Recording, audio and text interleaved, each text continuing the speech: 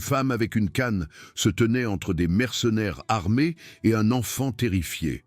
Derrière eux, une ville oubliée reposait sur des milliards de richesses cachées. Dans 72 heures, le sang coulerait dans ses rues, à moins qu'elle ne révèle la vérité qu'elle avait enterrée avec son propre certificat de décès 5 ans auparavant. Son vrai nom, son vrai passé. Et pourquoi l'homme le plus dangereux qu'elle ait jamais poursuivi en justice venait d'entrer dans son café. Mais d'abord, quelqu'un devait enseigner à ces brutes ce qui arrive quand on menace un Hayes. Le matin où Rita Calloway ouvrit le dîner du ruisseau cuivré, elle effectua le même rituel qu'elle suivait depuis 8 mois. Vérifier les serrures 2 fois, scanner le parking à travers les surfaces réfléchissantes, calculer les itinéraires de fuite, garder le point 38 Smith & Wesson à portée de main. De vieilles habitudes d'une vie qu'elle avait officiellement laissée derrière elle en mourant. À 37 ans, avec des cheveux châtains et une boiterie prononcée nécessitant une canne en noyer sculptée à la main, Rita avait maîtrisé l'art de l'invisibilité à Pine Ridge, Wyoming. Population 3847, où les nouveaux venus restaient des nouveaux venus pendant une décennie et où les questions sur le passé étaient considérées comme impolies. Elle avait choisi ce point insignifiant sur la carte précisément parce que des hommes comme Victor Blackwell ne cherchaient jamais dans des endroits comme Pine Ridge. Des hommes qui bâtissaient des empires sur la fraude et le meurtre. Des hommes qu'elle avait jadis juré de traduire en justice. La clochette au-dessus de la porte du dîner tintina. La main de Rita se porta instinctivement vers l'arme sous le comptoir, avant qu'elle ne reconnaisse le visage familier du shérif Dalton Pierce, 67 ans, la barbe argentée, portant son Colt 1911 comme s'il patrouillait encore Bagdad au lieu d'une petite ville du Wyoming. « Le café est frais », dit Rita, versant déjà. Dalton s'installa sur son tabouret habituel, l'étudiant avec des yeux qui avaient interrogé des terroristes et des chefs de cartel. « J'ai une question pour vous. Allez-y. Allez-vous un jour me dire pourquoi une femme avec votre éducation tient un restaurant au milieu de nulle part ?» Rita soutint son regard avec fermeté. « Peut-être que j'aime les tartes. Peut-être. » Dalton sirota son café. « Ou peut-être que vous fuyez quelque chose, ou quelqu'un. » Avant que Rita ne puisse répondre, la clochette tinta de nouveau. Zoé Mitchell, 13 ans, entra, se déplaçant prudemment avec son attelle de jambes, son sac à dos serré. Les yeux de la jeune fille trouvèrent Rita immédiatement, un soulagement inondant son jeune visage. « L'habituel ?» demanda Rita doucement, préparant déjà un chocolat chaud. Zoé hocha la tête, se glissant dans sa banquette d'angle. Rita remarqua de nouvelles ecchymoses sur les bras de la jeune fille, à peine visibles sous ses manches. Dalton le remarqua aussi. « Qui ?»« Les Scorpions », murmura Zoé. « À l'arrêt de bus, le gang de motards local. Des nantis délinquants se prenant pour des hors-la-loi, dirigés par un voyou de 27 ans, nommé Derek Kane, qui terrorisait quiconque était suffisamment vulnérable pour être une cible facile. » Rita sentit quelque chose de froid s'installer dans sa poitrine. Elle avait déjà vu ce schéma, des brutes testant les limites, des prédateurs chassant les faibles. Elle avait aussi appris que ne rien faire vous rendait complice. « Reste ici, » dit Rita à Zoé. « Je te conduirai à l'école. » Ce que Rita ignorait, c'est qu'à l'autre bout de la ville, Victor Blackwell s'enregistrait à l'auberge de Pine Ridge sous le nom de Raymond Black, représentant Titan Energy Développement, et que la ville oubliée qu'elle avait choisie pour son anonymat reposait sur l'un des plus grands gisements de lithium d'Amérique du Nord. Ou que ces 8 mois de cachette étaient sur le point de se terminer par des coups de feu, des révélations et un règlement de compte en gestation depuis 5 ans. Frank Grizzly Patterson avait été le premier à repérer l'étranger au costume à $1000. À 71 ans, Grizzly dirigeait l'atelier de réparation de motos de la ville, ses mains burinées toujours fermes, ses yeux toujours vifs. Le tatouage d'un bouclier d'acier sur son avant-bras, habituellement caché sous sa manche, le désignait comme bien plus qu'un simple mécanicien. Il avait servi comme infirmier de combat dans 3 guerres avant d'arriver au Wyoming. avant d'aider à fonder les Sentinelles de Fer, un club de motards vétérans qui avait évolué en quelque chose de plus vigilant, protecteur, jurant de défendre les communautés contre ceux qui les exploiteraient. Grizzly observa le Lincoln Navigator avec des plaques de New York se garer devant le bureau du maire Wilson. Observa l'homme en costume en sortir, portant une mallette qui coûtait probablement plus que ce que la plupart des habitants de Pine Ridge gagnaient en un mois.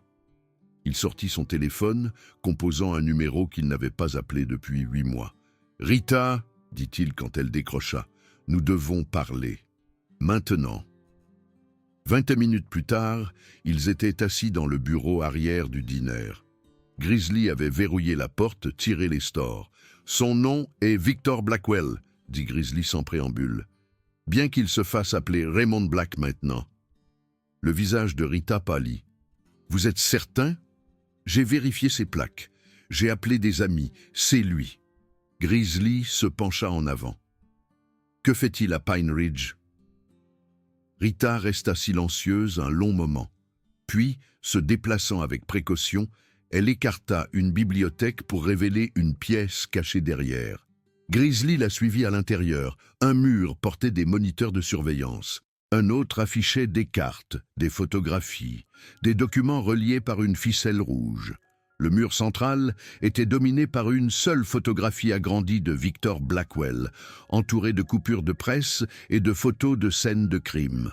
« Mon Dieu, Rita, » souffla Grizzly. « Mon vrai nom est Rita Calloway Hayes, » dit-elle doucement. « J'étais procureur fédéral.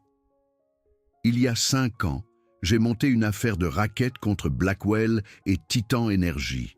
Fraude, blanchiment d'argent, complot en vue de commettre un meurtre. Nous avions des témoins, des preuves, tout. Que s'est-il passé? Le juge a rejeté toutes les accusations. Les preuves ont disparu. Les témoins se sont volatilisés. La voix de Rita se durcit. 2 jours plus tard, les conduites de frein de ma voiture ont été coupées. Mon chauffeur est mort. J'ai survécu, de justesse. Le FBI a simulé ma mort pour me protéger pendant ma convalescence. Grizzly absorba ces informations, les pièces du puzzle s'assemblant. Votre frère? Nathan. Il travaillait sous couverture, recueillant des renseignements sur les opérations de Blackwell. Ils ont découvert qui il était. La voix de Rita se brisa. Ses freins ont lâché 3 mois avant les miens. Et sa fille a changé son nom de Hayes à Mitchell, a déménagé ici avec sa mère Linda. Vous étiez déjà à Pine Ridge, veillant sur elle. Rita rencontra son regard, jusqu'à ce que j'arrive et que vous commenciez à veiller sur moi aussi. Zoé, c'est elle. Que je suis sa tante? Non. Moins elle en sait, plus elle est en sécurité. Rita se tourna vers le mur de preuve. Jusqu'à présent, que cherche Blackwell à Pine Ridge? Rita désigna des études géologiques sur le tableau. C'est ce que j'ai essayé de comprendre. Il n'apparaît personnellement que lorsque des milliards sont en jeu. Son téléphone vibra. Un message de Helen Reeves, la professeure d'histoire du lycée avec qui Rita s'était liée d'amitié. Problèmes à l'école. Venez vite. Ils trouvèrent Hélène sur le parking, secouée et en colère. Derek Kane et ses scorpions l'avaient acculée, menaçant de violence si elle continuait à poser des questions sur les propositions de Titan Energy. « Ils ont menacé les élèves, » dit Hélène, la voix tremblante de fureur. « Ils ont dit que les écoles pourraient brûler, que des enfants pourraient être blessés. » Rita et Grizzly échangèrent des regards sombres. « Ça commence, » dit Rita. Helen Reeves était revenue à Pine Ridge après ses études de droit, choisissant d'enseigner l'histoire plutôt que d'exercer le droit comme son père, l'ancien maire. À 34 ans, elle avait trouvé un sens à modeler de jeunes esprits, même si sa formation juridique refaisait surface de temps en temps. Comme lorsqu'elle avait commencé à enquêter sur l'intérêt soudain de Titan Energy pour Pine Ridge. Les dossiers de son père, donnés aux archives de l'école lorsqu'il avait pris sa retraite, contenaient des études géologiques des années 1980. Des études qui montraient quelque chose de précieux sous le quartier central de la ville. Hélène en avait parlé à Rita autour d'un café un soir. Maintenant, en observant la réaction de Rita aux menaces des scorpions, Hélène comprit qu'il y avait plus que ce qu'il n'y paraissait chez la propriétaire du dîner. « Venez avec moi », dit Rita, menant Hélène au dîner vers la pièce cachée. Hélène fixa le mur de preuve, l'esprit en ébullition. « Qui êtes-vous vraiment ?» Rita lui raconta tout. L'affaire fédérale, la mort de Nathan, sa propre mort simulée, le modus operandi de Victor Blackwell ciblant les petites villes aux ressources cachées. « Il cherche du lithium », dit Hélène soudainement, se souvenant des études de son père. Pine Ridge repose sur un gisement massif, d'une valeur de milliards au prix actuel du marché. Cela explique sa présence, confirma Rita. Blackwell ne gère jamais les opérations personnellement, à moins que les enjeux ne soient énormes. Non, nous devons l'arrêter, dit Hélène fermement. C'est ma ville. C'est dangereux. Blackwell a des connexions partout, des fonctionnaires corrompus, des hommes de main, des assassins si nécessaire. Je m'en fiche. La mâchoire d'Hélène se contracta de détermination. Il a menacé mes élèves. Rita l'étudia un long moment, puis hocha la tête. Nous aurons besoin de preuves. Des preuves concrètes de ces méthodes illégales et de ses véritables objectifs. Je peux accéder aux archives complètes de mon père, offrit Hélène. Tout ce qu'il a collecté en tant que maire. Au cours des 3 jours suivants, ils travaillèrent en secret. Hélène fournit des documents historiques. Rita analysa les schémas et les précédents des opérations précédentes de Blackwell. Grizzly contacta les sentinelles de fer, appelant des guerriers de tout le pays. Et Zoé Mitchell, observatrice et intelligente malgré sa jeunesse, commença à remarquer des choses. Les scorpions recevant des ordres par téléphone, de nouvelles motos qu'ils ne pouvaient pas se permettre, des conversations chuchotées avec des hommes en costume de Titan Énergie. Elle commença à prendre des notes, tout comme sa tante Rita le lui avait appris, sans que cette dernière ne réalise le lien. Le shérif Dalton Pierce avait passé 30 ans dans le service militaire, y compris des missions de combat avec le 75e régiment de Rangers. 20 autres années en tant que shérif lui avaient appris à lire les gens, les situations, les signes subtils qui précédaient la violence. Il avait déchiffré Rita Calloway depuis son arrivée. Ancienne procureure, avait-il conclu en quelques semaines, fuyant quelque chose, probablement lié à la mafia, compte tenu de sa vigilance et de sa conscience tactique. Quand Victor Blackwell arriva à Pine Ridge, Dalton effectua des vérifications d'antécédents. Il découvrit une légitimité soigneusement construite, mais du genre qui exigeait de l'argent et des relations sérieuses pour être maintenue. Il confronta Rita au dîner après les heures d'ouverture. « Voulez-vous me dire ce qui se passe vraiment ?» demanda-t-il, la voix dure. « Ou est-ce que je commence à arrêter des gens et à démêler tout ça plus tard ?» Rita prit une décision. Elle lui montra la pièce cachée, expliqua tout. Dalton absorba tout cela, sa formation de ranger évidente dans la rapidité avec laquelle il traita la situation tactique. « Vous préparez quelque chose. » « Hélène va approcher Blackwell demain, » confirma Rita, portant un micro. « Nous avons besoin qu'il admette ses vrais plans, ses méthodes. » Il la fera fouiller. « Nous avons du matériel conçu pour échapper à la détection. » « Et s'il le trouve quand même ?» L'expression de Rita se durcit. « Alors nous passons au plan B, c'est-à-dire une force écrasante et des documents qu'il ne pourra pas supprimer. » Dalton hocha lentement la tête. Le FBI, déjà contacté. L'agent spécial Catherine Ross est une ancienne collègue. Elle assemble une force d'intervention, mais ils n'arriveront que demain après-midi. Nous avons besoin de preuves avant cela. Je suis partant, dit simplement Dalton. Tout ce dont vous avez besoin. Les sentinelles de fer arrivèrent à l'aube. 99 motos roulant en formation dans Pine Ridge, menées par James Côte de Fer Walker, un ancien commandant des forces de reconnaissance des Marines de 70 ans, qui avait cofondé les Sentinelles avec le père de Rita il y a des décennies. Ce n'étaient pas des hors-la-loi malgré les gilets en cuir et les motos. C'étaient des vétérans, des professionnels, des civils liés par un code, protéger les vulnérables, s'opposer à la corruption, être le bouclier quand les autres ne le peuvent pas. La force de sécurité engagée par Blackwell, se faisant passer pour des agents fédéraux, tenta de bloquer leur entrée en ville. Côte de Fer afficha simplement ses accréditations du département de la justice, réelles, mais issues d'un programme défunt, et les informa qu'ils entravaient une auxiliaire fédérale légitime. Le temps que les hommes de Blackwell comprennent que les accréditations étaient techniquement expirées, les Sentinelles avaient établi des positions défensives dans tout Pine Ridge. Hélène s'approcha de l'auberge de Pine Ridge à 10 heures du matin, le cœur battant, mais l'extérieur composé.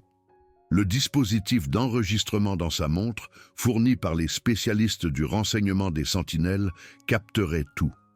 Victor Blackwell l'a reçu dans une suite privée, tout en charme poli et intérêt calculé.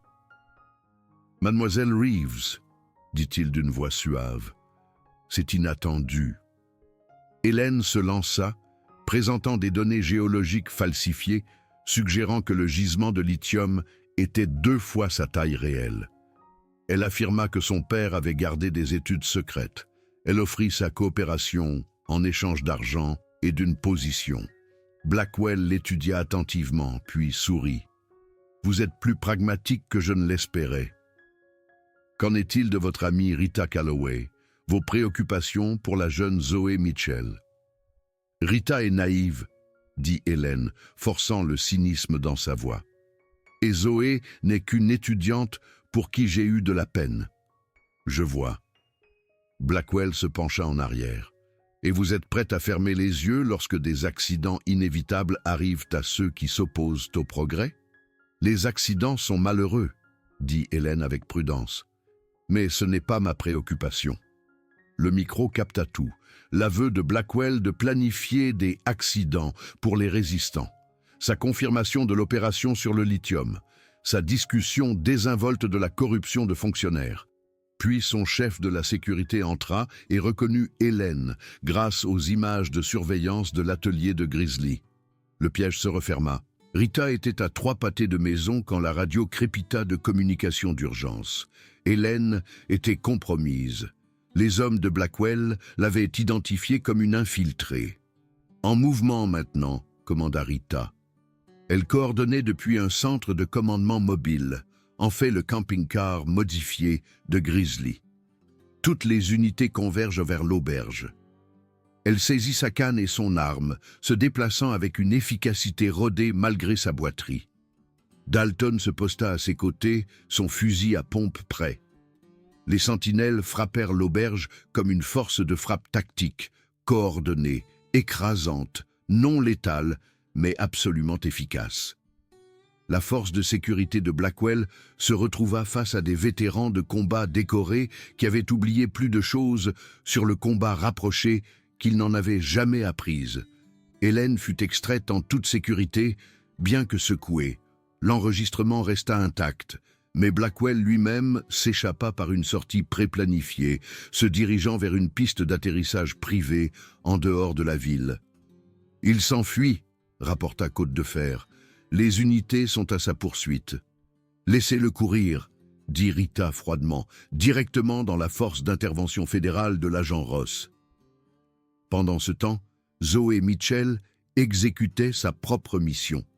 Avec 2 sentinelles comme escorte, elle avait accédé aux archives de l'école, récupérant les études géologiques complètes et les études d'impact environnemental de son grand-père. Lorsque la force de sécurité restante de Blackwell les trouva, les sentinelles créèrent une diversion, permettant à Zoé de s'échapper par les tunnels de maintenance avec les précieux documents. Elle émergea sur le terrain de sport, où d'autres sentinelles attendaient avec des motos. Grizzly lui-même la prit dans un sidecar vintage, fonçant vers la mairie où la réunion extraordinaire du conseil était sur le point de commencer. Tu as fait du bon travail, gamine, lui dit Grizzly alors qu'il dévalait la rue principale. Ton père serait fier. Mon père? Demanda Zoé, confuse. Grizzly réalisa son lapsus. Plus tard. Pour l'instant, nous sauvons ta ville.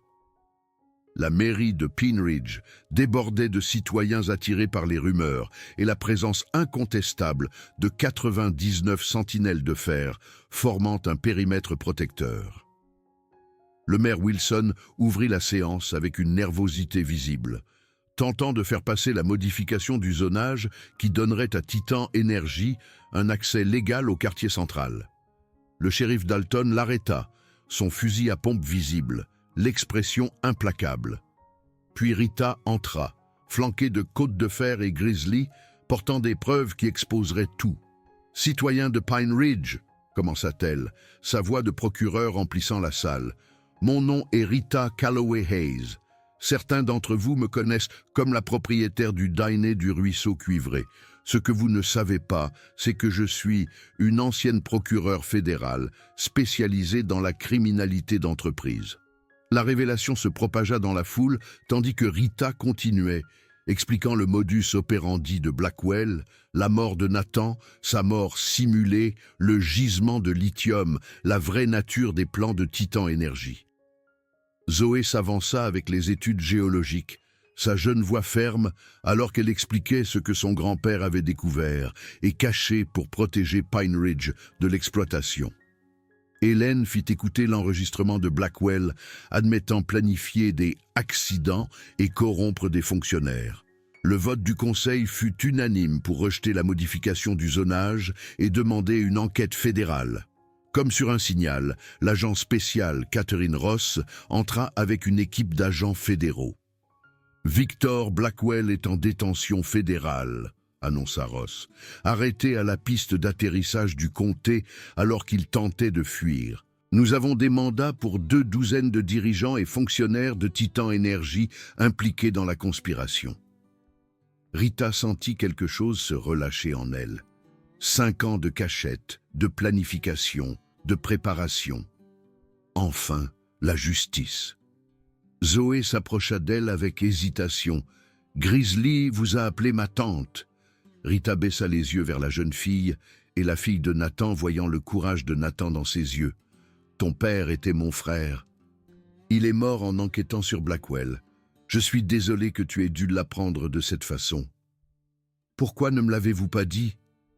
Pour te protéger, pour te garder en sécurité. » Zoé absorba cela, puis s'avança et serra Rita fort dans ses bras. « Vous m'avez protégé quand même. » 1 an plus tard, Pine Ridge s'était transformé.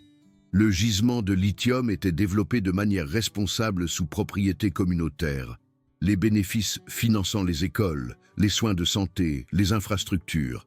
L'ancien arrêt de bus où Zoé avait été intimidée ancrait maintenant la place commémorative Nathan Hayes, un espace public vibrant célébrant la résilience communautaire. Lors de la cérémonie d'inauguration, Zoé se tenait au microphone, 14 ans et intrépide. « Il y a 1 an, j'étais intimidée parce que j'étais différente, » commença-t-elle. « Ce qui s'est passé ensuite m'a appris que la force n'est pas une question de capacité physique, c'est une question de courage moral. » Elle regarda Rita, se tenant fièrement dans la foule. « Ma tante m'a appris que parfois, tout ce qu'il faut pour arrêter une brute, c'est une personne assez courageuse pour se lever. » Zoé sourit. « Et parfois, si vous avez vraiment de la chance, cette personne amène 99 amis à moto. » La foule éclata en applaudissements, tandis que les sentinelles de fer, présentes pour la célébration, faisaient vrombir leurs moteurs en guise de salut. Rita se tenait avec l'agent Ross, désormais une amie proche et une visiteuse fréquente. Dalton les rejoignit, à la retraite mais servant de consultant en sécurité pour le fonds de ressources de Pine Ridge. « Pensez-vous qu'elle rejoindra les sentinelles un jour ?» demanda Ross, regardant Zoé. Rita sourit. « Je pense qu'elle l'a déjà fait. Elle ne le sait juste pas encore. » Grizzly s'approcha, tenant un gilet en cuir aux couleurs des sentinelles, taillé pour une jeune femme. L'emblème du bouclier d'acier brillait au soleil. Pour quand elle sera prête, dit-il. Rita le prit, passant ses doigts sur le symbole que son père avait conçu des décennies auparavant. Une promesse, un héritage, un engagement à s'opposer à l'injustice, quel qu'en soit le coût. Derrière eux, gravés dans le mémorial, se trouvaient des mots devenus la devise de Pine Ridge. La mesure d'une communauté n'est pas la façon dont elle traite ses membres les plus forts, mais la façon dont elle protège les plus vulnérables. Et en dessous, parfois tout ce qu'il faut, c'est une personne assez courageuse pour se lever. Rita Calloway Hayes avait cessé de fuir, avait cessé de se cacher. Elle avait trouvé quelque chose dans cette ville oubliée du Wyoming, plus précieux que le lithium ou la sécurité. Elle avait trouvé une famille, un but, et la preuve que parfois, justice tardive n'est pas justice refusée. Parfois, c'est une justice perfectionnée, affinée par la souffrance, renforcée par la patience, rendue avec une force écrasante par ceux qui refusent d'oublier. Et parfois, dans les petites villes que les hommes puissants considèrent comme insignifiantes, des gens ordinaires accomplissent des choses extraordinaires. Ils se lèvent, ils se battent, ils gagnent. 49 motos assurent que la victoire tienne.